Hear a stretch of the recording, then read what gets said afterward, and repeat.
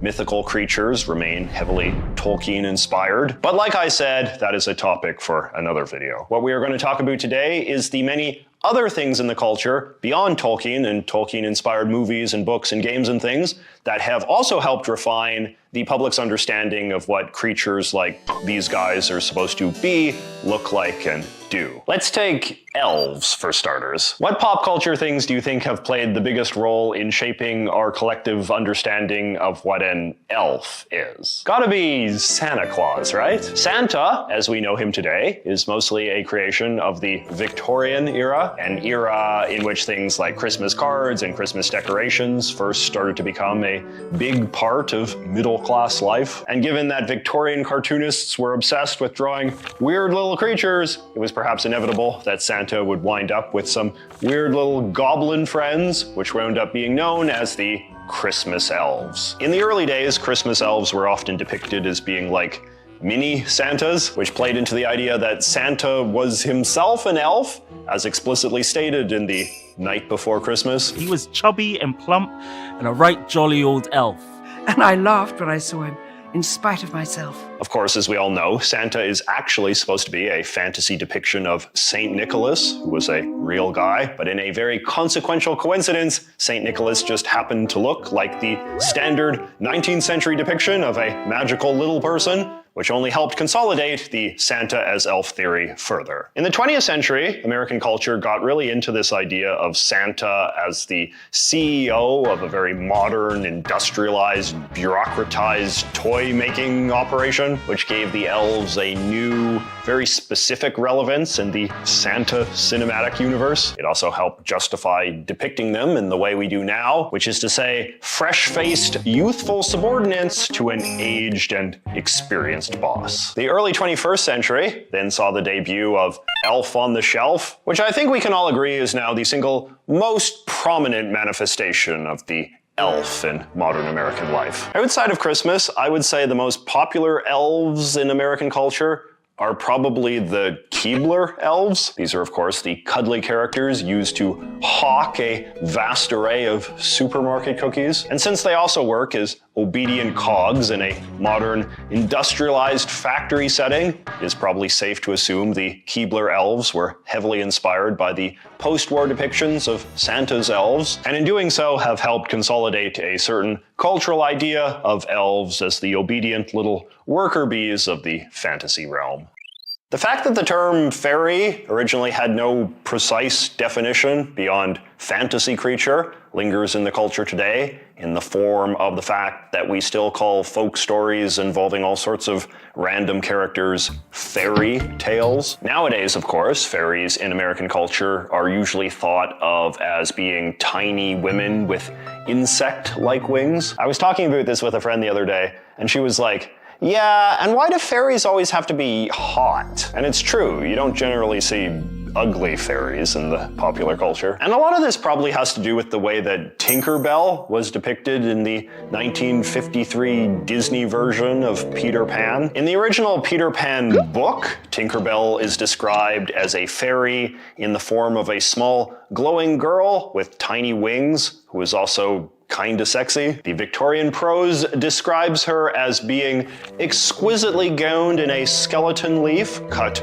low and square, through which her figure could be seen to the best advantage. In the Disney film, her look was based on a model named Margaret Carey, who's been coasting on that fact ever since. You can read all about it in her 2016 memoir, Tinker Bell Talks, Tales of a Pixie-Dusted Life. Anyway, the Disney version of Tinker Bell proved to be one of the studio's most popular characters of all time, and for a while even seemed to be on the brink of stealing Mickey's status as their official mascot. But her bigger legacy was helping consolidate this idea that fairies are tiny, sexy ladies with wings, a kind of Barbie doll of the creature world, who are most interesting to young girls. For the last few decades, fairy-themed toys have been consistently popular with girls, sitting alongside princesses, rainbows, and unicorns in the stereotypical girly things cultural canon. These days, I feel like the only real exception to the sexy, girly fairy trope is the Tooth Fairy, the fairy that visits the home of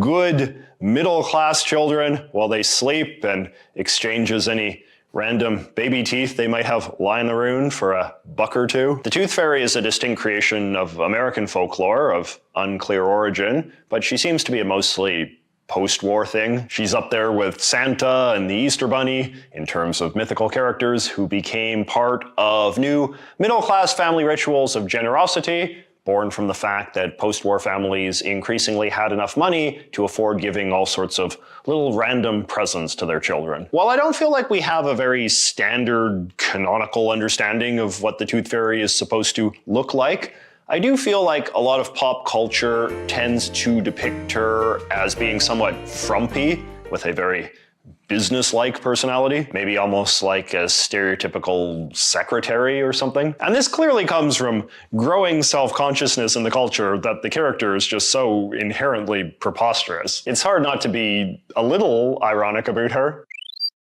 Now, what word do you normally think of as coming before gnome?